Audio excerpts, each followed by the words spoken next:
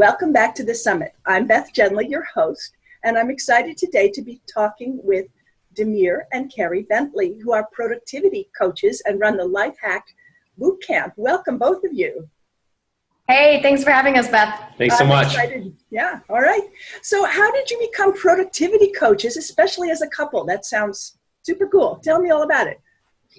Yeah, it's funny that the topic of this entire summit is so perfect for us because not only were we in a lot of ways not organized before, but we were really the poster children for overwhelm and just burnout. And what's interesting is we both got a diagnosis within weeks of each other that basically was like, you have to stop doing this or you're gonna die or cause serious damage to your body.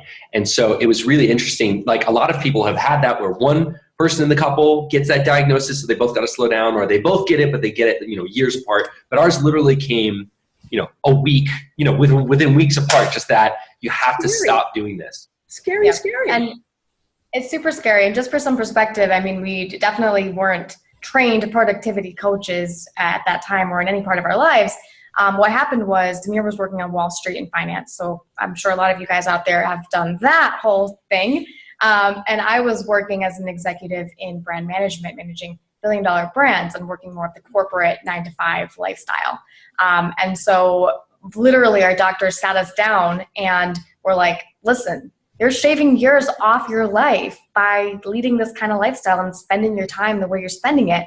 And that's really when we had that, come to Jesus, like office space type of moment where we realized, like, wow, we are floored and this is just no longer acceptable to us. Yeah, and the problem I think that we had is a problem that a lot of people still have. I don't think we're ahead of the game necessarily because we're so smart. I think it was because we were forced to step back and we were forced to reevaluate doctor's orders. But I think our problem was that we saw, like, a lot of high achievers, which is our clients. Our clients are really high achievers. They see it in a very binary way. You can either be rich and successful and totally miserable and terribly unhealthy, or you can be a happy loser, right? And that is very much the paradigm that we were in, right? And so when we had that moment sitting down with the coach, on the couch, I'll never forget that night that we sat down and looked at each other, like, because in the fear in our mind was seriously like, is this it? Can we not be successful? And our paradigm was so like, you have to kill yourself to be successful, that when we literally got the orders that we couldn't kill ourselves anymore, we literally thought we had to give up success. Yeah, definitely. And so this whole last time. So the only way to move forward is to give 110% at all times. Right? That's the attitude. Yeah. So go ahead. Well, I mean, essentially the way we started thinking about it was like, what are we missing here? There has to be a better way. And we refuse to accept the so-called reality that success isn't going to be possible for us. Yeah. We want to create a new paradigm for ourselves where we get to have everything we want in terms of success, but we also create that freedom in our life. We're also tending to our relationships, our health, our family, that kind of thing. Yeah, so the way we talk about with our clients, if life is like a Rubik's Cube, the point is to solve all sides of the, a lot of people are solving just one side, just the career side. They're showing it to you and they're saying, look how great I solved this one side. And then you grab it and you turn it around and you're like, yeah, but all of the other ones stink, right? And that's sort of how we thought about our life, is we compromised everything in order to make one side of the equation win. And so it's interesting. Do you mind if I tell the story about, so right after this, out of desperation, I would never normally do this, but because I was in a place where I was literally like, my job demands 80 hours a week of me. I can't do that anymore. I was thinking I have to quit. And so right before I decided to quit, I decided, well, let's throw a Hail Mary pass. And let's see if I just read this book called The 4-Hour Workweek by Tim Ferriss. And I said, let's see if we can't do this thing called being the new rich and solving the Rubik's Cube on all four sides. And so I threw this Hail Mary pass and I hired a team of 3 CFA guys in India to take off parts of my job. And within 2 months, fast forward, I had outsourced literally 95% of my job to these 3 guys in India. So I went from working 80 hours a week to 8 hours a month. So I'll repeat that. 80 hours a week to 8 hours a month. I literally was afraid that people would notice at my desk that I wasn't doing anything, and I was panicking. I was like, I have to pretend to be doing stuff because I literally have nothing to do. And that was the beginning we looked at each other. Once that happened, we thought, oh, this is a new world. It's almost like we were on an X and Y axis, and we discovered there was a Z axis. There was a whole nother dimension that we could go into. And then we're researchers and we're a bit obsessive by nature. And so we just dove deep. Yeah, super deep. And so fast forward several years later, it's been 3 years since we launched Lifehack Bootcamp. And what we do is we teach top performers how to bring sanity back into their lives. Yeah. And so our whole philosophy is based on around this Rubik's Cube idea where you can actually solve for all sides of your life at the same time, not just the career side. And not only that, our premise is probably a little bit more controversial, but not when you do it. We believe that when you have a sustainable life that you can live, that you can enjoy living, that's the beginning of true success, yes. Right? Yes. And I know that sounds really clever, but here's why. Because when your philosophy of productivity is, I'm going to put myself into all the gaps to make everything keep running, that is clearly, objectively not sustainable.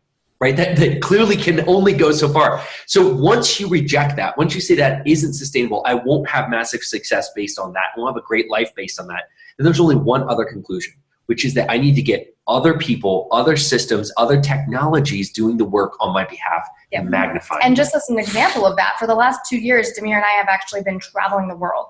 We've been to 18 different countries. Actually, right now, right here, we're in Colombia. This is Medellin, guys. Hello from Medellin.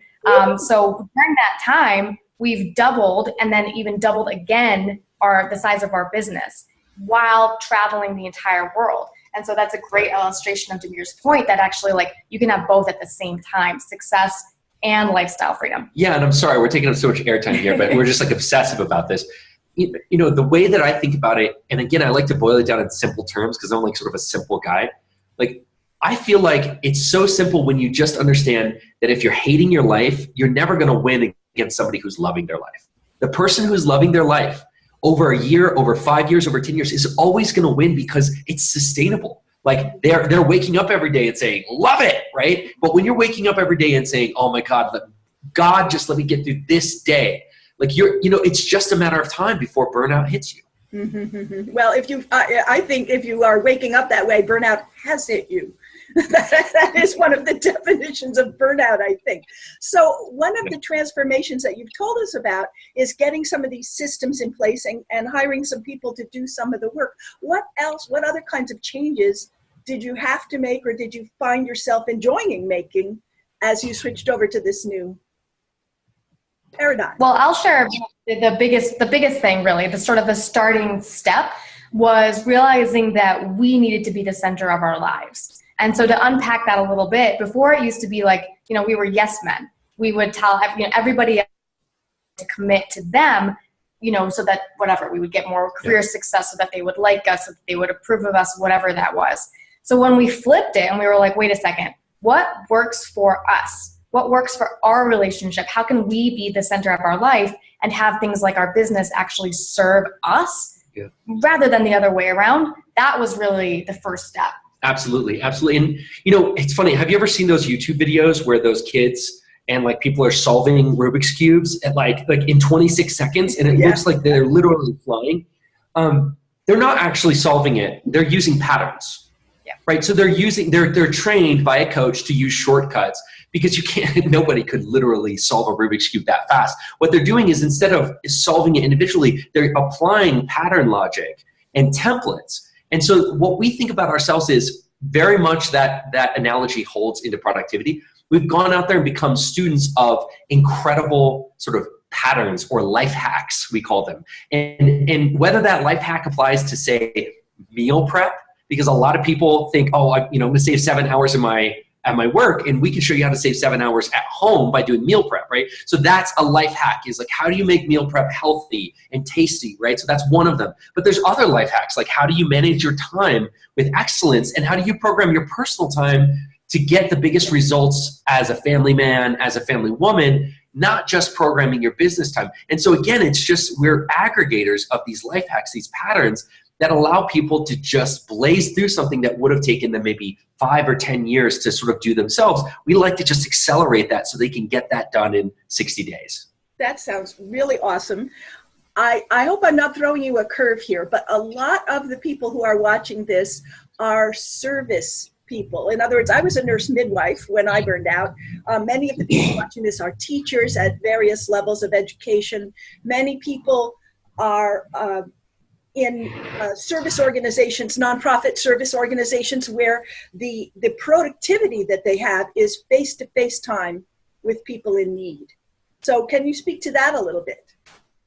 Yeah, definitely. And I mean, we're a service company, and so we are literally that as well. But yeah, we are able to optimize around that. I think a lot of times you think of that as almost like an excuse, right? It's like, well, I have to be on the phone with all these clients all the time, so that excuses me from the need to create a really rock solid productivity system. But in fact, it actually really just accelerates it, because the time that you're on the phone with clients, like that's where you're making your money, right? So you actually want to be doing as much of that as possible. But it's the other areas of your life that you don't enjoy doing, like logistics, like planning, like project management, like taxes, like accounting. There's so many examples, grocery shopping, of things that can be optimized. Yeah, we call this, Cal Newport, who wrote this incredible book, I think the best productivity book of 2017, called Deep Work. And he differentiated between deep work and shallow work.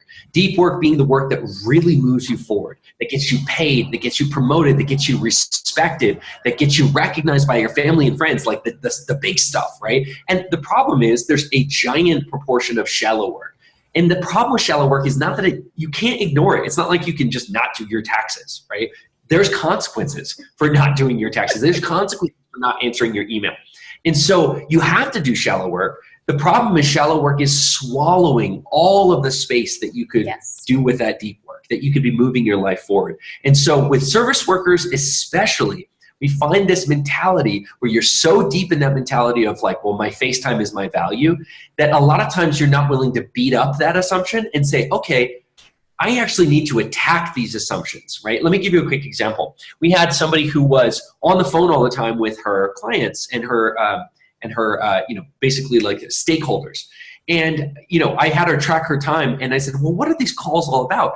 And it was because they didn't know what they should be doing, and they weren't properly onboarded and trained. And so 90% of these calls that she was saying were absolutely, this is what I have to do. Actually, those calls were only necessary because she had failed to onboard the client properly, which she could have done in video format instead of training and retraining and retraining. And so what we had her doing was creating an onboarding video that every single client watched and that they could go back to and refer to again and again and again. And the volume of these calls and the volume of these emails dropped precipitously. And so I think you really have to take your precious baby assumptions and really beat them up, because that's where a lot of the value is. Totally. So what Demir is talking about is especially looking at all the meetings in your week and really analyzing what percentage of that meeting is deep work and what percentage of it is shallow work. And really looking, can I decrease the size of that meeting? Can I eliminate? We actually have 0 meetings. We have no internal meetings whatsoever. And then what can I maybe do via email, or what can I do via video or FAQ page or screencast, whatever that looks like. Yeah, absolutely. Because in our coaching business, you can imagine that like the value is when we're in front of our groups. We do group coaching. We also do some one-on-one sessions. And so that's the value. But other than that, I don't want to be doing any meetings, and I don't want to be doing any onboarding, right? Especially in this video era where we can just film a video training, a video onboarding, a video meeting even. We have meetings, what we call asynchronous screencast meetings, where we'll record this just like this is being recorded. We'll send it to our graphic designer, and we don't have to have a meeting. We'll just send it over to them, watch it whenever you want, rewatch it if you have questions, email us back if you have questions. So we live in this era where I think about when I see emails in my inbox and when I see meetings I think that was a failure. Whenever I see an email, that's a failure to engineer that need for them to email, because they don't want to email me and wait 24 hours for a response. Nobody wants that, right? So when we see meetings and we see emails, we ask ourselves first and foremost, what failed? There was a failure somewhere for this client to get the information in a better way. I think that's so key what Demir just said, because everyone thinks of like emailing all day as doing work. But what we always tell our clients is that no one's going to be congratulating you on your deathbed saying like, Beth, wow, you answered 3 million emails. Congratulations. No one's going to say that. They're going to want to talk about the books you wrote, the clients you transformed, all of the really major accomplishments in your life. Yeah, couldn't agree more. So I am just loving the face of the Rubik's Cube that you guys are showing me. It's full of energy. It's full of enthusiasm. It's full of delight in what you do. It's full of great advice about how to set up systems. Are there any faces that aren't like fully organized, or where sometimes it gets a little out of sync and the productivity falls down? What do you do to get back if that happens? Yeah, I mean, here's the thing. We don't think about, like, a productivity system is not good if you have to be perfect every day for it to work, right? If it doesn't have the ability to catch you as you fall and to keep you on track or to allow you to have a bad day or even a bad week, then it's not a good productivity system because it's not a human productivity system, right? And so yes, we fall off the wagon. Yes, we have, weeks where I would say the difference between how we fall off and other people fall off is, and I don't say this to pat us on the back, but I say it because it's honest. We're having a lot higher class problems than a lot of people who might be listening, right? So like we're operating at a level where we have a, high six-figure business and we're working 31.5 hours a week. Right? And so the failures or the fall-offs for us are often that we don't feel more powerful. Like we were used to operating in this super powerful way, very leveraged. And sometimes if we fall off a system or we let something get a little bit rusty, we'll feel that power start to diminish and we'll think it's almost like Superman is getting affected by the kryptonite. And he's like, I can't stop a car anymore. What's happening to my strength? We really feel that superhuman strength. The truth is the system only works when you work it. When you stop working it, all of a sudden you feel the strength drain out of you. You feel very, very mortal again. Right, and that's our problem with most productivity systems is they're rigid. So they work, exactly if you do every single step in the right way, but guess what? Like life just doesn't come to us in exactly the right way like that. I wish it did, but life is highly variable and dramatic and changing. But when we do fall off the horse, we do have a system for getting back on very quickly. Right? Because that's the key. It's like you're going to fall off. You're going to have to plan for falling off the horse. But the difference between successful people and people who face burnout all the time is the ability to get back on right away. Yeah. So we do have a 4-step process we can share around. You mean to overcome overwhelm? Okay. And then that'll about wrap us up, I think. So go ahead with that. That'll be great. Okay. Cool. Do you want to share? Yeah. So, I mean, the first thing is a lot of people will probably understand when you get overwhelmed, in one way, shape, or form, it can actually affect you for days or weeks. Meaning when you fall off the horse, it can take you days or weeks to get back on. So then the question becomes, it's not whether you're going to fall off the horse. You are going to fall off the horse. We still fall off the horse. The difference is we can get back on in 3 minutes, not 3 days, right? And so what we do is step number 1 is stop running from what you're running from, that big murky monster who's chasing you, whatever you're afraid of, the failure, the disappointment. Stop, turn around, face it, and acknowledge it, right? Acknowledge the overwhelm. And don't just acknowledge it in your head. Actually say the words, because speaking is power. Say the words, I am feeling overwhelmed. I am burned out. Saying it is so much more powerful than just thinking it. And I think that when we have such a resistance to doing this first step because it's almost like we think we'll have failed if we say it. And it's actually the key to breaking through on it. And so the faster you can get used to just acknowledging the feeling, then the faster it is you're going to recover from it. So that's step number 1. Yeah. Step number 2. Step number 2 is to actually thank the overwhelm. So this one will be even more difficult for people if you're like me and you're just a perfectionist, super controller person, but actually thanking the feeling of overwhelm. Because what's happening in your body is your brain is actually trying to keep you safe. Yeah. It's perceiving that you're in danger, you're feeling afraid, you're feeling in pain, you're feeling whatever you're feeling, and it's trying to help you by saying, get away from this, don't do this, go some another direction. Yeah, because if you're living in a permanently elevated state of adrenaline, right, your brain's thinking, bear, there's a bear, run, right? And so you're constantly stimulating that response, right? And so no wonder you're procrastinating, feeling anxiety, you can't get to work, you can't stay in focus, because the thing that you're doing, even though your prefrontal cortex is saying, yes, I want to be doing this, your lizard brain is saying, run! I have a great story, just a little mini story about that super illustrates that point. I was driving one day and not paying as much attention as I should have been, and I almost got sideswiped. And the person driving by gave me the finger, which I actually deserved. And I was really mad and really upset and really frightened. I was scared and very shameful that I had set up that situation. And then I thought, that person just saved my life. They saved my life. And I started thanking them as I'm driving down the road. It changed my day. It changed my day. Absolutely. Because here's the thing, fear, anxiety, depression, procrastination cannot exist in the same space of gratitude. Mm-hmm. When you enter a space of gratitude, and even studies show that gratitude is as potent, a daily gratitude practice is as potent as taking antidepressants, because you cannot simultaneously be in gratitude and be in fear, depression, anxiety, procrastination, right? Okay. And so stepping into thanking the overwhelm is moving you into a space of gratitude. Exactly. Okay. So that's step number 2 is thank the overwhelm. So step number 3 is to change your state. And state, we mean your physical state. Mm-hmm. And so some things that you can do as you're saying, like I'm, practicing your gratitudes, thinking of things that you're grateful for, is taking really deep breaths and really meditating on those things in your life that you're grateful for. Yeah, I like to do this body scan where it's almost like a laser going all the way through my body, just noticing as I'm breathing, what am I feeling in my head, tension, neck, just breathing it out, doing a whole body scan and just being, where is it living? Where's the overwhelm? Where's the burnout? Where's it living in my body right now? And then just giving myself permission to let that go. So changing your state physically. And here's the thing, people are so stubborn. We know that meditation works. We know that deep breathing, forget meditation, just deep breathing works. And yet we don't do it. Here's the thing, it works when you work it. Take a deep breath, scan your body, step into a space of gratitude. All of a sudden, something that would have spun out your whole day, maybe even your whole week, is like within 3 minutes, you're like, I feel fantastic. Awesome. And then step number 4, the final step, is to change the language that you're using. Because if you're existing in a place of overwhelm and anxiety, then you're using negative language, right? Negative thoughts are spinning through your head.